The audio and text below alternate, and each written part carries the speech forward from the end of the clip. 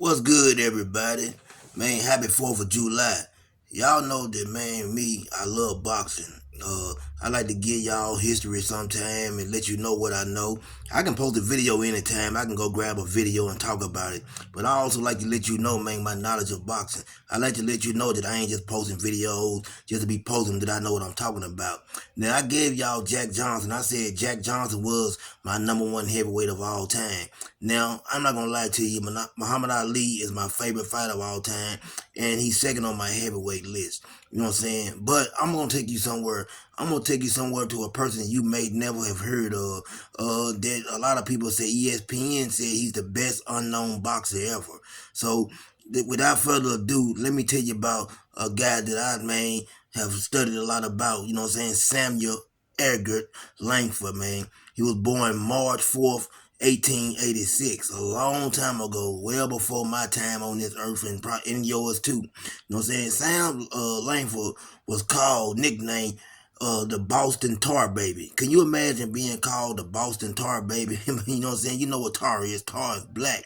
Now, Langford had over 300 fights, 314 to be exact.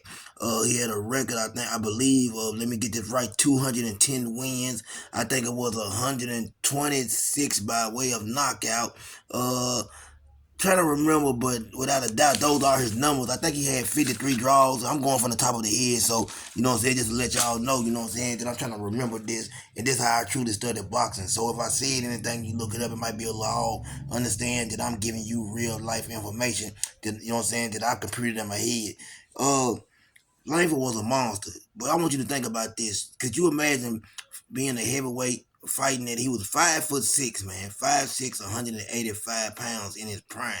Now, that's a very small heavyweight in any era. You know what I'm saying? He fought all the way from lightweight to heavyweight. He fought some of the best there is to fight. He even had a fight with my guy, you know what I'm saying, Jack Johnson, which was a 15-round fight, which he lost. But Jack Johnson came into the ring 30 pounds heavier than Langford. Now, Sam tried to fight Jack Johnson again in a rematch later on, but Jack Johnson said that Sam couldn't come up with the $30,000 appearance fee that Jack Johnson charged. So, you know, back then, I guess the promoters, you know, with no promoters like that, or if it was, they wasn't willing to put up the 30,000. You had to come out of your pocket with 30,000, and we know $30,000 is a lot of money. So they never got to fight again. The man never had the opportunity to fight for any world titles due to his color and all the things that came behind it. So just think about this: another man of color that had to go through and endure a lot of stuff. Could you imagine being great, being the best fighter in the world, and knowing that you can't go over there and get a man's title just because of the color of your skin? But that's what he went through. You know what I'm saying? So Jack Johnson wasn't the only person that went through this type of situation. And Jack Johnson could have gave him an opportunity to fight for the title, but you know how it goes, man.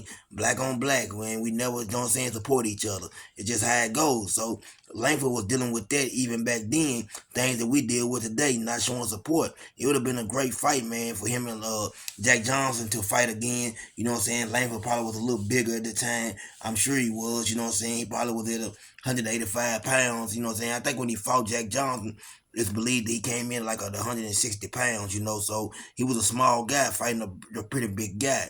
But, you know, like I said, Langford, man, he done a lot for boxing. You know, ESPN has him rated as the second hardest, you know what I'm saying, hitter of all time, meaning that this man had great power.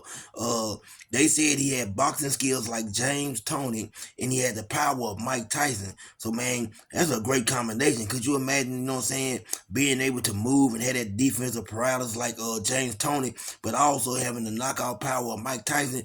This is what that man brought to the table, man. If you ever get an opportunity to look up Samuel Langford and get an opportunity to study this man, dude, that's why I tell y'all, man, we had some great boxers back then. Jack Johnson, you know what I'm saying, Sam, just different boxers, man, that people don't talk about these days that you really need to study, man, as a black, especially as a black person, man. If you love boxing, man, learn your history and just really dig and dive into, you know what I'm saying, some of our past champions, or you know, I think it was the WBC. Since I said Sam Langford never won a title, the WBC made him an honorary champion, I think in 2020, if I'm correct. You know what I'm saying?